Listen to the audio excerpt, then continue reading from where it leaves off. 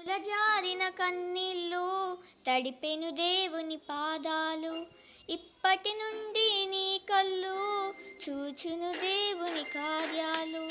కన్నుల జారిన కన్నీళ్ళు తడిపెను దేవుని పాదాలు. ఇప్పటి నుండి నీ కళ్ళు చూచును దేవుని కార్యాలు. ఉందిలే దీవెన